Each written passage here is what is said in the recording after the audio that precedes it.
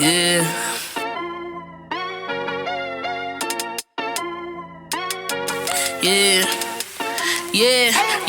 What you know about Bench Mob? They're speaking the facts that you wanna hear. They rep a jersey, the vision is clear. Diamonds glisten like a chandelier. You know what I'm here for, like Marshawn Lynch. At clutch time, we do not flinch. Real brothers, we do not switch. Hit home runs with the right pitch. Who run the city? What to do when they hating on you? I feel like Kobe 2010. Taking an L, all I need is a win. Business is business, you know how they go. They clearing the seats, now it's time to grow. Tune in now, gotta be in the know. Showtime, bitch, my about to blow. We know.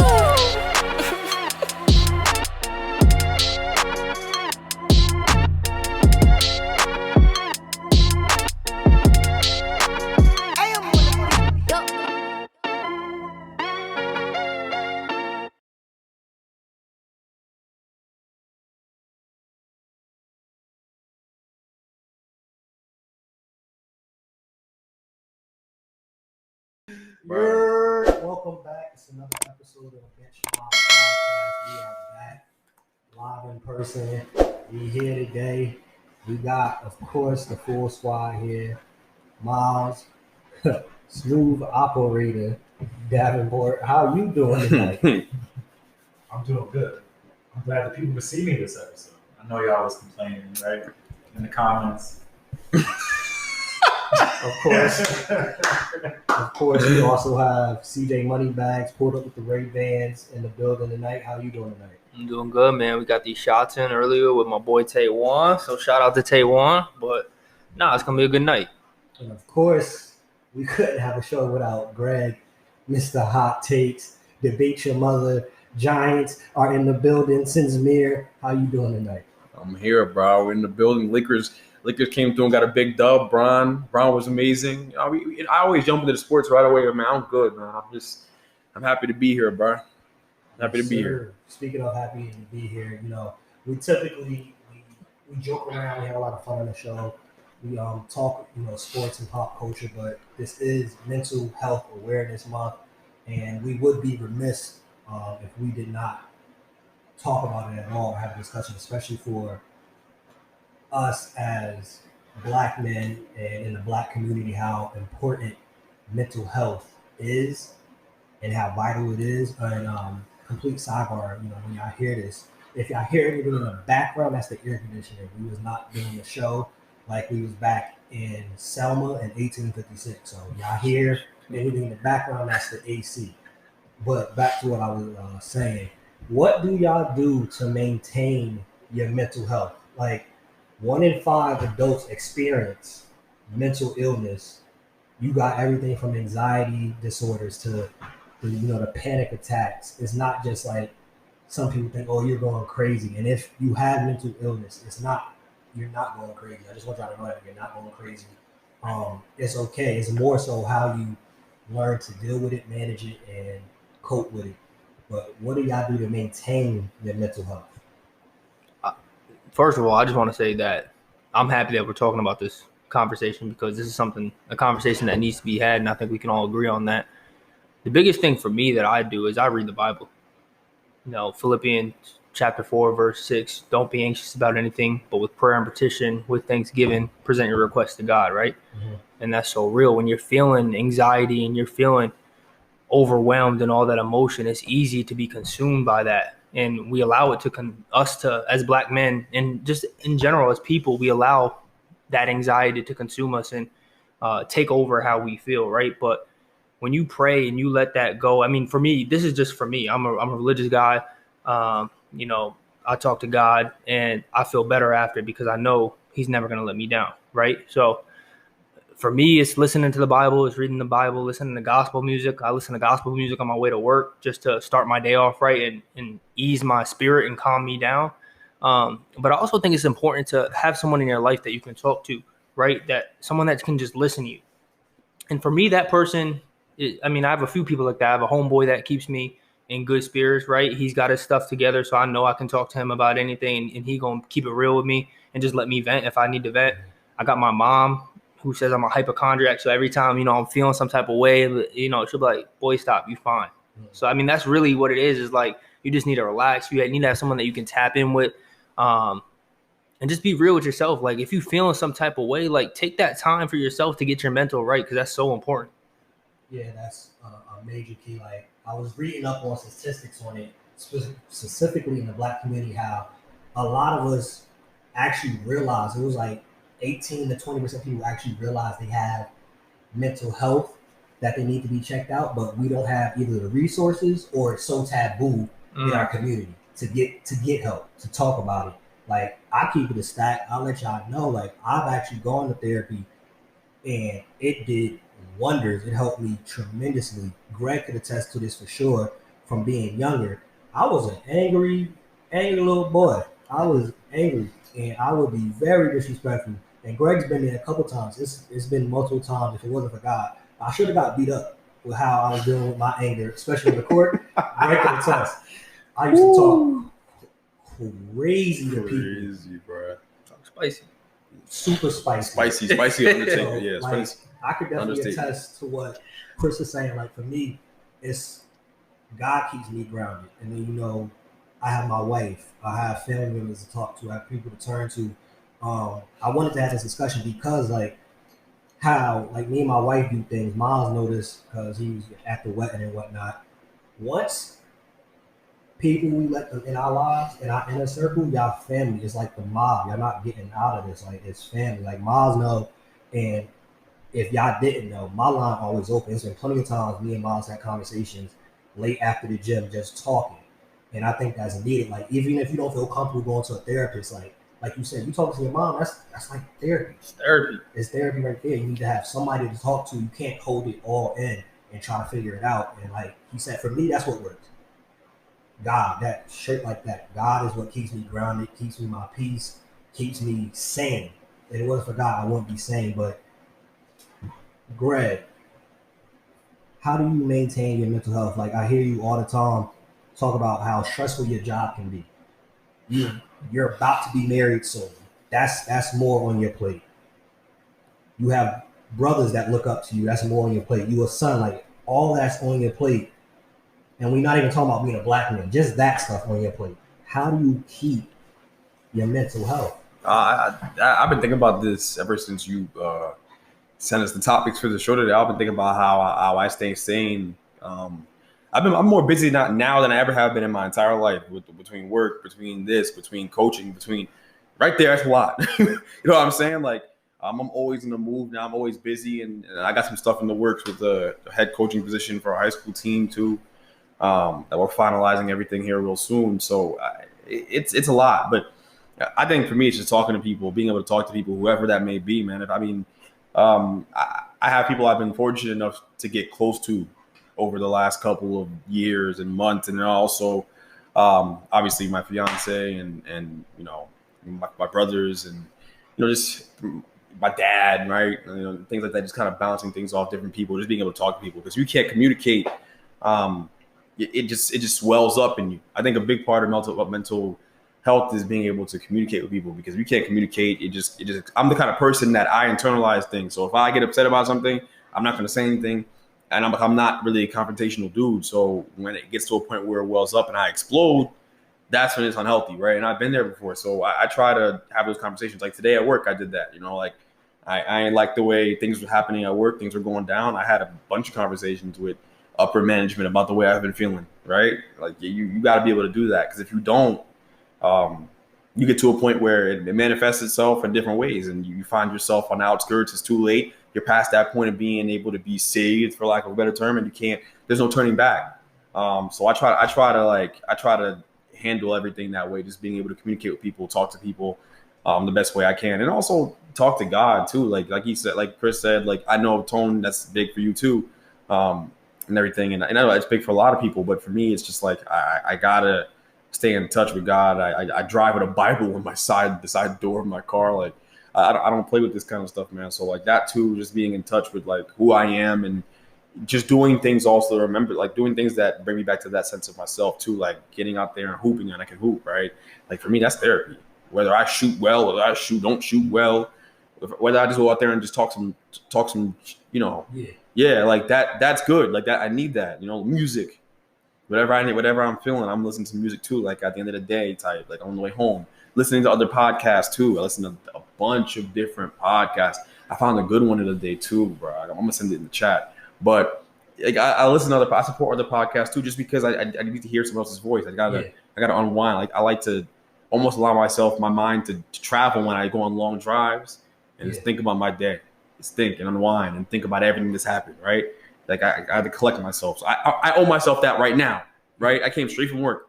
I had a crazy day. I owe myself that on the way home. Just mindlessly drive. Just think about my mind going to places. So. Yeah, it's a lot. It's a loaded question, but there's a lot of things I try to do to keep myself sane, man, for sure. Yeah, because like you just said, it can manifest into other things. One of the things that it can manifest when you holding stuff in a lot of times is depression. Mm-hmm. And we've seen depression can sometimes turn into suicide. And suicide is at an alarming rate for this generation. From 19 to 24, the numbers, you wouldn't believe the numbers. And then even from 25 to 30, the numbers are still high. And suicide from not being able to communicate and talk about your mental health. Now, obviously, there's other reasons and other things that factor into that, but depression is another thing that like people is not the wisest to try to handle these things on your own. No. So whatever your solution may be, if it's playing basketball, like for me too, I have all of them: Netflix, Disney Plus, Hulu. My wife will tell you I watch thousands of hours of movies and documentaries and this and that. This is where part I get my creativity from. That's me also being able to unwind and playing. Of course, we all can attest to that. Chris, football, basketball, playing sports. I know a lot of people watching can attest to that. That literally some people say basketball, football, soccer, baseball saved your life. That was your therapy. That was like Kobe said. Once I was there, that was my sanctuary. It didn't matter what was going on. I was going to be, I'm good. Everything gets put on pause once I'm on that court. My man came from the case in Colorado, came to a playoff game, dropped like 35, and then had to, of course, go back and handle business. But during that time, that was his piece. Miles, how do you handle and maintain your mental health, especially you have a completely different aspect, a different viewpoint than all of us because you're a father. So you really have to make sure that you're on your mental health because you have a son looking up to you, paying attention to what you do. We heard Julius Randle talk about how his son was copying every single thing he was doing. How do you maintain your mental health, and how do you also be an example to your son as a father? That's a tough question. For me, like it's been tough. I've had times where, like maybe 6-7 years ago when my grandfather died, I battled depression there for a little bit.